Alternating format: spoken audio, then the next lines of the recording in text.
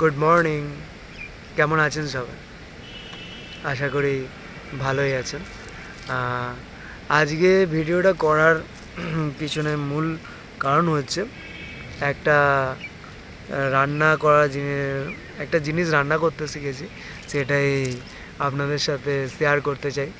সেটা কি? সেটা হচ্ছে গাজরের হালুয়া। গাজরের হালুয়া অনেকে খেয়েছেন, অনেকে খাননি। খেতে দারুণ হয়। যারা খেয়েছেন তারা তো জানেন, আর যারা খাননি তারা আমি যে পদ্ধতিতে বলছি সেই পদ্ধতিতে বানিয়ে করে দেখতে পারেন এবং খেতে পারেন। এমনিও খেতে পারেন, বা আপনি রুটির সাথেও খেতে পারেন, বা ভাত টাত খাওয়ার পরে একটু খেতে পারেন, ভালো লাগবে। বা বাড়িতে অতিথি এলে এই গাজরের হালুয়াটা তৈরি করে তাদেরকে দিতে পারেন, তারা অবশ্যই খুশি হবে। এবার কীভাবে করবেন গাজরের হালুয়াটা সেটাই আস্তে আস্তে বলছি। প্রথমে বাজার থেকে 500 গ্রাম গাজর কালেক্ট করবেন। বাজারে দু ধরনের গাজর পাওয়া যায়, একটা হচ্ছে লালচে টাইপের আর একটা হচ্ছে কমলা টাইপের। তো দু ধরনের গাজর দিয়েই করতে পারেন, কোনো প্রবলেম হবে না। কিন্তু ব্যাপারটা হচ্ছে যে কমলা কালারের গাজর দিয়ে যদি করেন তো গাজরের হালুয়াটা কমলা টাইপের রং হয়, আর লাল গাজর দিয়ে যদি করেন তাহলে গাজরের হালুয়াটা লালচে টাইপের হয়। এতে হ্যাবক কিছু ডিফারেন্স না, স্বাদের কোনো পরিবর্তন হয় না। প্রথমে গাজরগুলো নিয়ে এসে বাজার থেকে ধুয়ে নেবেন। অবশ্যই মাথায় রাখবেন যে গাজরগুলো অবশ্যই মোটা হওয়া দরকার এবং লম্বা টাইপের হওয়া দরকার, কারণ এতে আপনারই সুবিধা হবে। বেশি কাটা মানে ঘষতে হয়, তো ঘষে বের করতে হয়, টুকরো টুকরো করতে হয় গাজরের, তো অসুবিধা হয়। যদি বড় হয় তাহলে সেক্ষেত্রে অনেকটা সুবিধা পাওয়া যায়।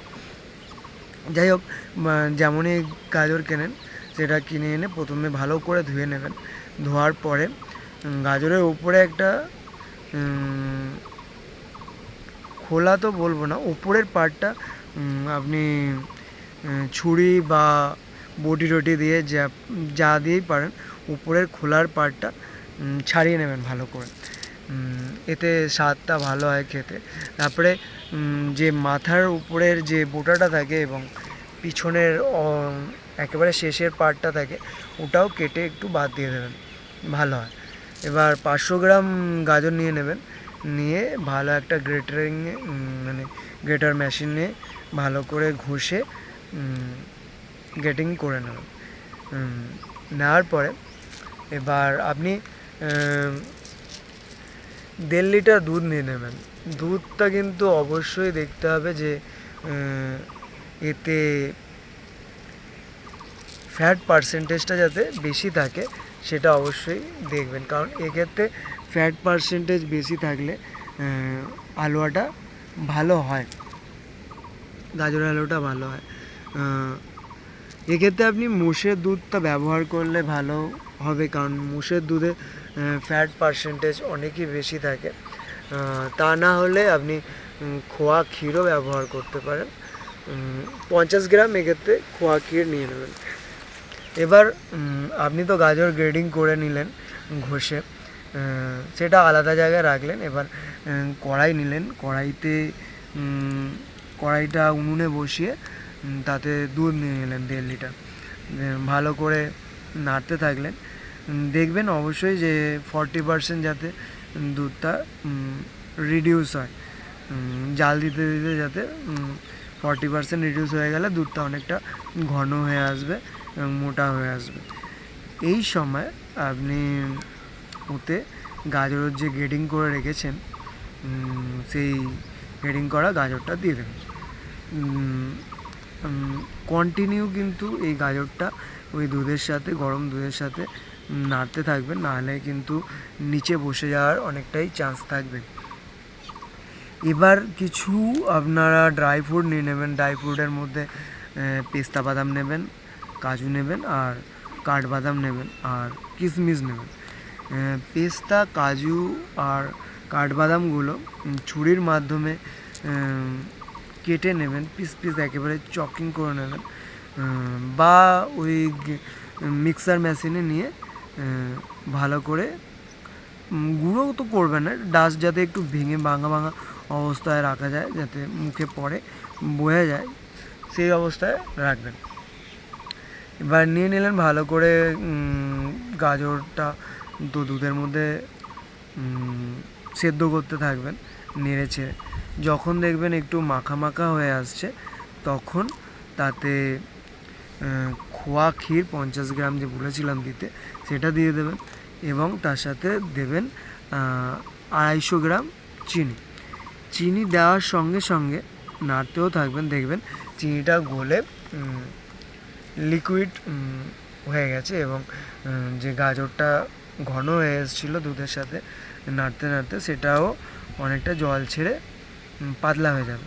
এতে ভয় পাওয়ার দরকার নেই, আবার কিছুক্ষণ জাল দিলে এটা আবার মাখা মাখা অবস্থায় হয়ে যাবে। কিছুক্ষণ নাড়াচাড়ার পর যখন দেখবেন যে একটু মাখা মাখা হয়ে এসছে তখন নামিয়ে নেবেন। নামিয়ে নেবার পর অন্য একটা কড়াই নেবেন, কড়াই নিয়ে তাতে কিছুটা ঘি দেবেন। ঘি দিয়ে আপনি যে কাজু, পেস্তা বাদাম এবং ওই কাঠবাদাম গুঁড়ো করে রেখেছিলেন, ভেঙে রেখেছিলেন, সেটা সেই ঘিয়ের মধ্যে দিয়ে ভালো করে নাড়তে আরম্ভ করবেন। একটু হালকা ভাজা হয়ে গেলে নামিয়ে নেবেন। নামানোর পর ওই যে গাজরের যে জিনিসটা করেছিলেন, সেদ্ধ করেছিলেন দুধে, সেটা আবার বসাবেন। তার মধ্যে ওই কাজু যে ওটা গুঁড়ো করেছেন, ভেজেছেন, ওটা দিয়ে দেবেন এবং তার সাথে কিশমিশটাও দিয়ে দেবেন। পেস্তা বাদামটা কিন্তু ভাজবেন না, আমি বলতে ভুল করেছি, পেস্তা বাদামটা ভাজা যাবে না, শুধু কাজু বাদাম আর ওই কাঠবাদামটাই ভাজবেন। এবার পেস্তা বাদামটা এমনি ভেঙে নেবেন এবং ভেঙে আর ওই কিশমিশের সাথে দিয়ে দেবেন ওই গাজরের হালুয়া মধ্যে। আর এই সময় আপনি কিছুটা এলাচ নিয়ে নেবেন, পেস্ট করে দিতে পারেন, মানে গুঁড়ো এলাচও দিতে পারেন, বা আপনি যদি ভেঙে ভেঙে ভেঙে থেতো করে দেন তাহলেও দিতে পারেন, দুটোভাবেই দিতে পারেন। এবার এইভাবে নাড়াচাড়ার পর দেখবেন মাখা মাখা হয়ে এসছে, তখন ওর মধ্যে অল্প ঘি দিয়ে দেবেন, তাহলে ফ্লেভারটা আসবে। আর আরেকটা জিনিস বলতে ভুলে গেছি, যখন দুধটা জাল দিয়ে গরম করে ঘন করবেন সেই সময় তাতে কিছুটা কেশরও দিয়ে দিতে পারেন, এতে কালার ভালো আসবে এবং টেস্টও হয় কেশরের একটা। এই অবস্থায় যখন খুব মাখা মাখা হয়ে যাবে তখন ভালো করে নেড়ে চেড়ে কড়াইতে গায়ে যেগুলো লেগে থাকে সেগুলোও ভালো করে নেড়ে চেড়ে একেবারে হালকা জল জল থাকবে কিন্তু মাখা মাখা অবস্থায় হয়ে যাবে যখন, তখন নামিয়ে নেবেন। এইভাবেই আপনি গাজরের হালুয়াটা তৈরি করতে পারেন। দেখবেন এবার এই গরম অবস্থায় বাটিতে পরিবেশন করে, বাটিতে নামিয়ে সবাইয়ের সাথে পরিবেশন করে খেয়ে দেখবেন ভালো হয়েছে। আর অবশ্যই যদি তৈরি করেন এই পদ্ধতিতে অবশ্যই জানাবেন যে কেমন হয়েছে। তো ঠিক আছে ভাই, এতক্ষণ ভিডিওতে থাকার জন্য অসংখ্য ধন্যবাদ। আর ভগবানের কাছে প্রার্থনা করব যে আপনাদের সবার দিন যেন মঙ্গল করেন। টাটা।